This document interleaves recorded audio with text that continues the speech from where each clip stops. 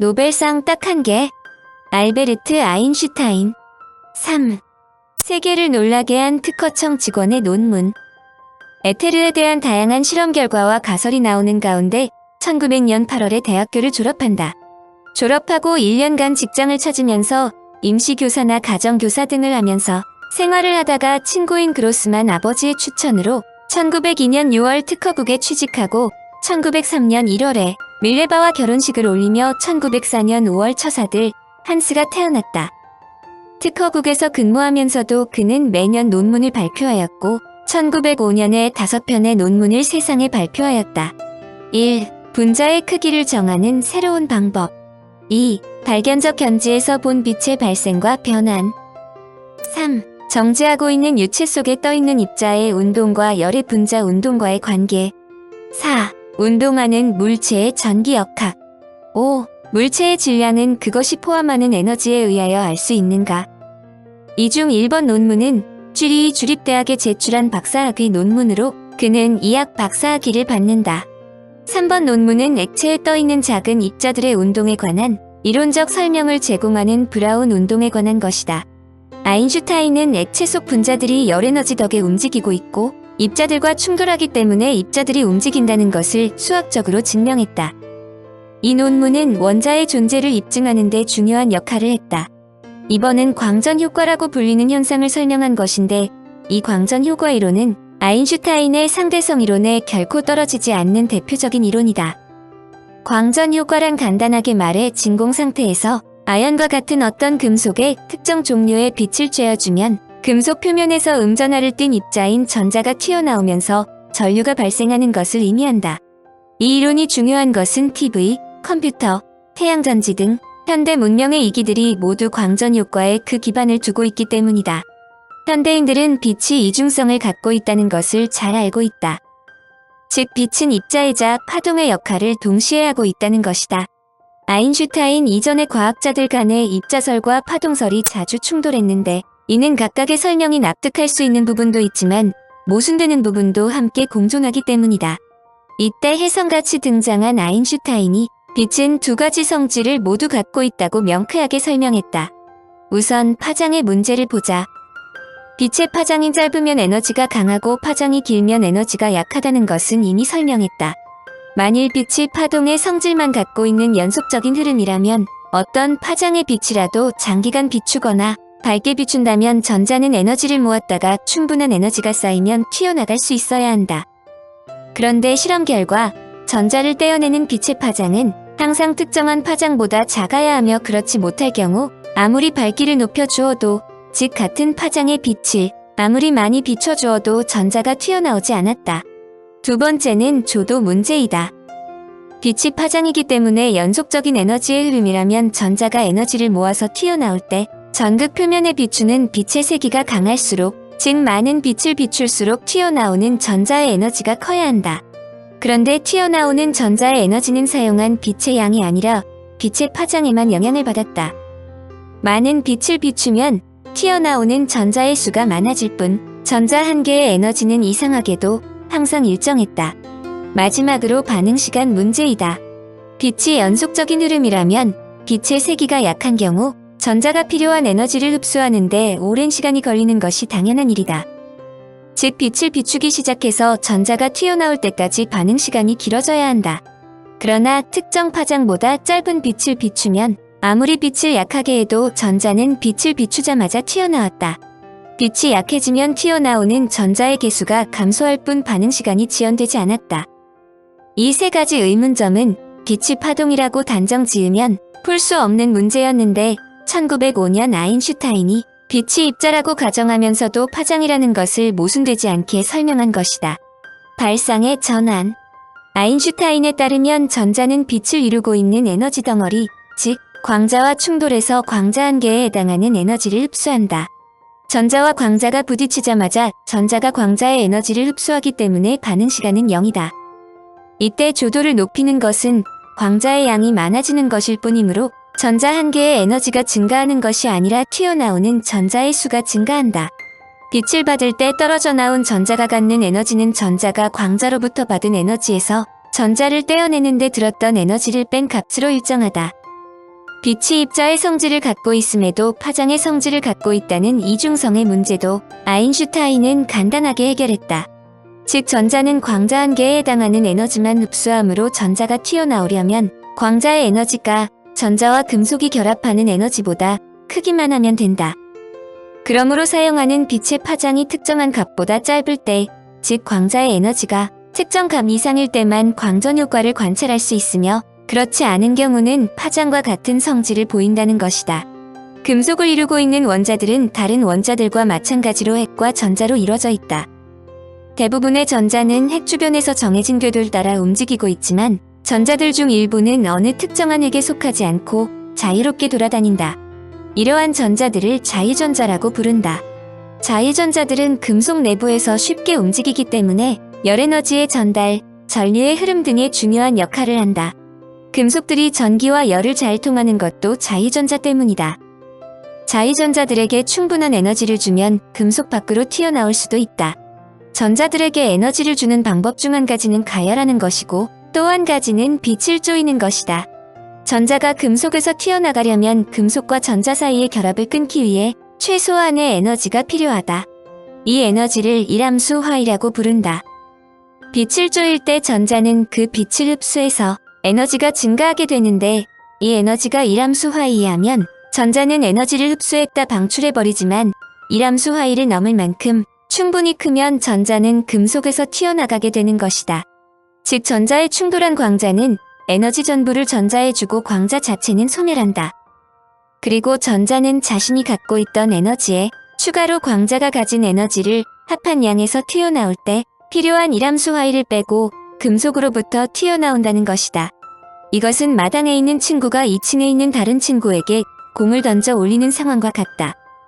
공을 2층에 있는 친구에게 던져주려면 마당에 있는 친구가 공을 던질 때 공이 2층보다 더 높이 올라갈 만큼 충분히 세게 던져야 한다. 마당에 있는 친구가 약하게 올려서 에너지가 충분하지 않으면 아무리 여러 번 올려도 그 공은 2층에 올라갈 수 없다. 이처럼 당연한 생각을 빛에 대해 적용한 것이 광전 효과이다. 이런 바탕에서 아인슈타인은 그때까지는 수수께끼였던 광전 효과를 지배하는 정량적 수식을 간단하게 유도하고 그 수식에 플랑크가 제시한 플랑크 상수가 필연적으로 들어간다는 점을 지적했다. 이것이 바로 한 개의 광자가 갖는 에너지는 플랑크 상수와 빛의 진동수의 곱, 즉 E는 hν라는 간단한 공식이다. 이제는 빛이 이중성을 갖고 있는 것을 잘 알고 있지만 빛과 같이 중요한 것이 입자이면서 동시에 파동이라는 것을 20세기 초의 학자들이 수긍하는 것이 그렇게 쉬운 일은 아니다. 그럼에도 아인슈타인이 지적한 광자설의 중요성을 깨달은 물리학자들이 그의 이론을 증명하기 시작했다. 증명해야 하는 아인슈타인의 가설. 1906년에 밀리컨은 광전 효과에 요구되는 정확한 실험을 수행하여 아인슈타인의 예언대로 빛이 정말로 광자로 이루어진 것이라는 것을 확인했다. 극히 작은 수준에서 빛은 입자이면서 동시에 파동이기도 하며 이것은 모든 전자기 복사의 형태에 적용된다는 것을 처음으로 밝힌 것이다. 그는 이 연구로 1923년에 노벨 물리학상을 수상했다. 그는 특히 하전량 2의 정밀한 값을 측정했는데 그것은 오늘날 알려져 있는 2에 비해 불과 1%밖에 틀리지 않는 것이다. 이는 광속신화 플랑크 상수 H와 견주어지는 중요한 물리상수이다. 아인슈타인의 이론을 검증한 사람은 밀리컨뿐만이 아니다. 미국의 콤프턴은 1922년에 콤프턴 효과를 통해 빛이 입자의 성질을 분명히 갖고 있다는 점을 실험적으로 확증했다. 사실 광자가 입자성을 갖기 위해서는 에너지를 갖는다고 정의되었으므로 운동량도 있어야 한다. 그런데 질량이 없으므로 일반적인 운동량인 질량의 속도를 곱할 수 없다. 따라서 아인슈타인이 제시한 것은 에너지를 광자의 속력으로 나눈 것 또는 플랑크 상수를 광자의 파장으로 나눈 것을 광자의 운동량으로 정의했다. 바로 그것에 콤프턴이 도전한 것이다. 콤프턴은 X선을 니켈에 쪼였을 때 반사되어 나오는 X선의 파장이 반사각에 따라 다르다는 것을 발견했다. 이 당시 이 실험 결과를 설명하기가 매우 어려웠는데 그는 빛을 입자라고 가정하고 빛 입자가 금속 속에서 전자와 완전 탄성 충돌하는 것이라고 가정했다. 이것은 당구를 쳐본 사람은 누구나 목격하는 현상이다. 당구공이 다른 공과 부딪힌 후에는 속도가 줄어드는데 속도의 감소율은 튀겨나가는 공의 각도에 따라 다르다. 정면 충돌하는 경우에는 때린 공의 에너지가 모두 앞의 공에 전달되어 자신은 그 자리에 서고 앞의 공은 때린 공의 속도로 움직이게 된다. 그러나 공이 비켜 맞을 경우 공의 에너지 일부가 앞의 공에 전달되어 공의 속도는 줄어들면서 다른 방향으로 진행한다. 이런 원리에 의해 컴퓨터는 반사되는 각도에 따라 X선의 파장이 다른 것은 X선과 니켈 속에 있는 전자의 충돌이 당구공의 충돌처럼 입자 사이의 완전 탄성 충돌이기 때문이라고 설명했다. 또한 운동량 보존의 법칙과 에너지 보존의 법칙을 이용해서 반사하는 각도에 따라 다른 파장의 빛이 측정되는 것을 명쾌하게 설명했다. 독일의 보테와 가이거는 컴퓨터 내 산란이 X선이 1단 흡수됐다가 다시 방출되는 2단계 과정이 아니라 X선의 산란과 그에 따른 되튠 전자의 방출이 동시에 일어남을 실험으로 보여 컴퓨터 내 이론을 확증했다. 컴퓨터 내 실험은 하나의 광자가 하나의 전자와 충돌한 결과를 측정한 것으로 원자 물리학에서 매우 중요한 위치를 차지한다. 그의 연구 결과는 에너지를 담고 있는 가장 일반적인 그릇, 즉 광자, 전자, 중성자, 양성자의 성질을 이해하는 데 중요한 초석이 되었기 때문이다. 특히 초기의 실험은 전자에 의해 산란된 하나의 광자를 대상으로 하였지만 그 후 전자 대 전자의 산란 실험을 통하여 전자 현미경의 기초가 되었다. 그는 윌슨과 함께 1927년 노벨 물리학상을 수상하였다. 한편 인도의 라마는 X선뿐만 아니라 가시광선을 사용하더라도 빛의 입자성을 관찰할 수 있지 않을까 하고 생각하여 여러 가지 물질에 진동수 유형인 단색광을 쬐어보았다. 그러자 라만이 예상했던 대로 산란광 속에는 진동수가 입사광선의 그것과는 다른 성분이 섞여 있었다. 이것은 가시광선이 입자로서 행동하며 물질의 전자와 에너지를 주고받았기 때문으로 콤프턴 효과와 함께 아인슈타인의 이론을 증명하는 중요한 증거이다. 1930년에 라만도 라만 효과의 발견으로 노벨 물리학상을 받았다. 이제 광전 효과는 물리학계를 깜짝 놀라게 하는 프랑스의 드브로이의 이론을 끌어낸다. 그는 마청이 죽은 후 브로이 가문의 공작이 된 귀족인데 제1차 세계대전의 무선통신대에 배속되었던 것을 계기로 전자기파에 관심을 두고 아인슈타인의 특수 상대성 이론을 기초로 하는 획기적인 박사학위 논문을 제출한다. 그 논문에서 드브로이는 보어의 전자궤도 이론에 따라 궤도 위를 도는 전자는 모두 파동의 성질을 갖고 있다는 물질파설을 전개하였다. 이미 학계에서 인정된 빛에 대한 이중성을 그대로 받아들여서 물질 입자, 특히 전자에도 반드시 파동이 부수되어 있다고 생각한 것이다. 그에 의하면 파동이 입자일 뿐만 아니라 입자 역시 파동이라는 것이다. 그는 전자와 그것에 관련되는 파동도 간단한 수량적 관계로서 나타낼 수 있다는 뉴턴식의 관계식도 유도했다.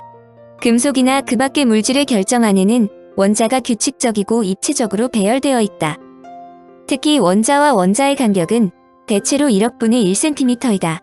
원자의 결정체의 파장이 1억분의 1cm 정도인 X선에 비춘다면 결정 안의 각 원자는 작은 반사체가 되어 조사 X선을 반사한다. 그렇다면 가까이 있는 반사 X선끼리 서로 충돌하여 간섭 현상을 일으킨다. 물결파나 음파가 생길 때와 같이 어떤 방향에서는 진폭이 서로 증폭되어 밝아지고 다른 방향에서는 진폭이 감소되어 어두워진다는 것이다. 그의 이론은 현대 물리학에서 아인슈타인의 이론만큼 매우 중요한 의미를 갖고 있다. 즉 그의 이론은 빛이 입자냐 파동이냐라는 당시까지의 논쟁의 차원을 넘어서 모든 물질의 미소 단위의 행동은 모두가 이중성을 갖고 있다는 혁명적인 것이었다.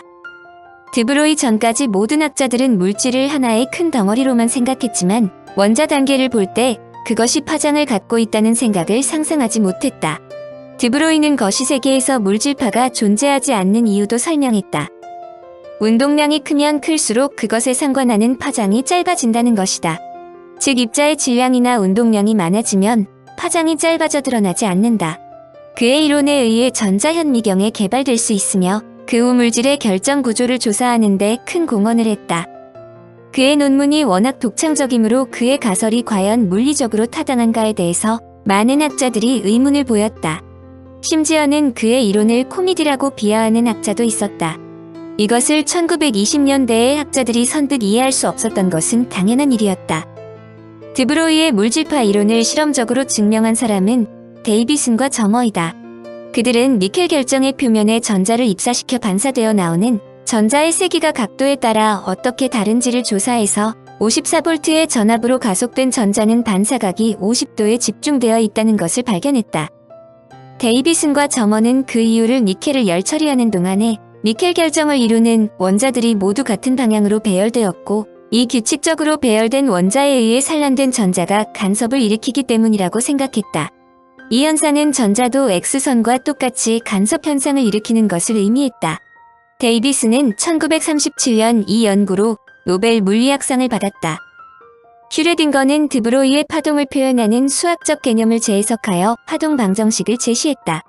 그는 전자를 파동으로 생각하면 전자는 더 이상 행성이 태양의 둘레를 도는 것처럼 핵의 둘레를 돌 수 없고 핵의 둘레 전체를 에워싸고 있는 파동으로 보아야 한다고 생각했다. 즉, 어느 한 곳에 전자가 있는 것이 아니라 파동의 전체에 골고루 퍼져 있다고 생각한 것이다. 만약 궤도 사이에 파동이 있게 되면 그 파장의 수는 자연수가 아니므로 위상차가 생긴다. 그리고 위상차가 생기게 된 궤도는 안정될 수 없다. 여기에 차가 나요? 그는 하나의 전자와 하나의 양성자를 가지고 있는 가장 간단한 수소 원자를 대상으로 전자의 질량과 양성자의 질량 그리고 전자의 음전하와 양성자의 양전하를 포함하는 간단한 방식으로 도출함으로써 드브로이의 이론을 정립했다. 슈레딩거의 파동 방정식은 양성자 주변의 다양한 위치에 있는 전자를 발견할 수 있는 확률을 계산할 수 있으며 다양한 값의 운동량을 갖고 있는 전자의 확률도 계산할 수 있다. 또한 운동 에너지 전체와 위치 에너지 전체는 물론 이 둘을 합한 총 에너지도 계산할 수 있었다. 파동 방정식은 총 에너지가 양성자에 관계하는 전자의 위치에 상관없이 파동에만 관계한다는 것을 증명했다. 한편 슈레딩거의 파동 방정식은 원자 내부 구조를 계산하고 이해하는 데 결정적인 공헌을 했다. 방사성 원소로부터 알파 입자가 방출되고 알파 입자가 원소의 원자핵을 뚫고 들어가 이 원소를 다른 원소로 변화시키는 현상을 설명할 수 있게 된 것이다. 슈레딩거의 방정식은 입자들이 동시에 다른 상태에 존재할 수 있다는 중첩이란 특이한 조건을 만든다는 점에서, 특히 양자 컴퓨터가 개발될 수 있는 이론적 토대를 만들어 주었다는 점에서 이후 물리학계에서 매우 중요한 업적으로 인식된다. 중첩은 주로 풀이의 수식으로 설명될 수 있는데 하나의 파동함수를 어떻게 서로 다른 파동함수들의 총합으로 볼 수 있는지 보여준다. 즉 하나의 큰 파동이 있으면 그것을 더 작은 파동들의 합으로 볼 수 있는데 이 경우 그 파동 속에 들어있는 어떤 입자는 수많은 위치와 성질을 가질 수 있다. 그리고 마침내 측정 행위가 이루어지는 순간에야 한 가지 가능성이 선택된다. 이를 이해하는 방법으로 다소 혼돈스럽지만 다양한 색깔의 사탕이 들어있는 양자 주머니를 가지고 있다고 상상하는 것이다. 자신의 주머니에 손을 넣어 사탕 하나를 꺼내는 순간 나머지 모든 사탕이 갑자기 사라지는 상황을 연상하기 바란다. 한편 슈레딩거는 1944년에 생명이란 무엇인가? 라는 책을 저술하였다. 그는 이 책에서 생물의 세포에서 가장 핵심적인 성분은 유전자이며 유전자를 이해해야만 생명 현상을 이해할 수 있다고 주장했다. 그는 유전자는 단백질이라고 생각했다. 물론 현재는 유전자가 DNA라는 것이 밝혀졌지만 그의 책은 이후 분자 생물학을 연구하는 학자들에게 큰 영향을 주어 현재와 같은 유전자학이 태어나는 원동력이 되었다. 슈레딩거는 어려서부터 천재성을 보였는데 그의 남다른 개성은 어려서부터 나타났다. 그는 종교 분위기에 충만한 오스트리아 수도 빈의 한 초등학교에 다녔는데 당시의 종교 과목은 매우 중요했다. 모든 학생들이 매주 2일 동안 성경 공부를 해야 했는데 그는 성경을 강의한 선생님들을 모두 찾아가 질문했다. 그는 선생님에게 정말로 선생이 강의한 내용을 믿고 있느냐였다. 그의 질문에 질린 선생들은 그를 불량 학생으로 점찍고 교장 선생에게 보고했다. 슈레딩거가 교장 선생과의 대화는 그야말로 전설로 남아있다. 교장. 들리는 말에 의하면 너는 학교에서 개설한 학과목과 선생님의 수준에 대해 지리를 갖고 심지어는 성경에 대해서도 의심을 표하고 있다는데 사실이냐? 슈레딩거. 저는 선생님의 수준에 대해서 지리한 것이 아닙니다. 다만 이런 형식으로 가르치는 교육이 가져다주는 효과에 대해 지리한 겁니다. 교장. 어떤 효과를 말하는 것이냐? 슈레딩거. 종교신앙과 종교의식은 우리들이 관심 가져야 할 문제가 아니며 또한 우리들의 미래에 대해서도 아무런 영향을 미치지 않는다고 생각합니다. 저의 생각으로는 그것보다는 종교 문화와 종교 역사를 학생들이 배워야 할 지식으로 생각합니다. 저는 기독교도와 신비주의자들을 때로는 존경할 만하다고 생각합니다. 그것은 그들 자신이 무엇을 하고 있는지 알기 때문입니다. 그런데 지금의 종교 수업은 학생들로 하여금 자기가 무엇을 하고 있는지를 모르게 하고 있으며 더욱이 학생들은 선택할 여지가 없습니다. 저는 강의하는 선생님들은 종교를 이해하는 사람이어야지 전도사가 되어서는 안 된다고 생각합니다. 교장, 내 말을 들으니 맹목적으로 불평하는 것이 아니구나. 내가 학교를 위해 의견을 제출한데 감사를 표시하마. 당시 슈르딩거는 초등학교 4학년이었다. 그의 말대로 교장은 종교 과목을 개혁했고 학생들은 자신들이 원하는 과목을 선택해서 들을 수 있었다. 자신이 제시한 대로 학교가 변해가자 그는 종교 과목을 다시 선택했다. 물론 선생의 강의가 신통치 않으면 예의 질문을 던졌다. 슈르딩거는 일생 동안 수많은 여자와 열정적으로 연애한 것으로도 유명하다. 그에게 연애와 과학적 탐구는 따로 떼어놓을 수 없을 정도로 자신도 이에 동감했다. 내 삶을 진실되게 요약하는 것은 불가능하다. 여자 관계에 대한 언급을 삭제해서는 너무 공허한 요익이 될 것 같아 안 되겠고, 여자 관계를 다룰 경우 한갓 추문으로 가득한 요약이 되거나 진지한 기록이 되지 못할 것이기 때문이다. 슈레딩거의 부인은 그의 탈선 때문에 속은 상했지만 드러내놓고 불평을 하지 않았다. 심지어 슈레딩거가 새로운 여자와 사귀는 것을 돕기도 했고 그가 사망하는 순간까지 옆에서 지키며 헌신했다. 그녀의 그런 헌신성이 현대인에게도 적용되는지는 각자가 판단하기 바란다.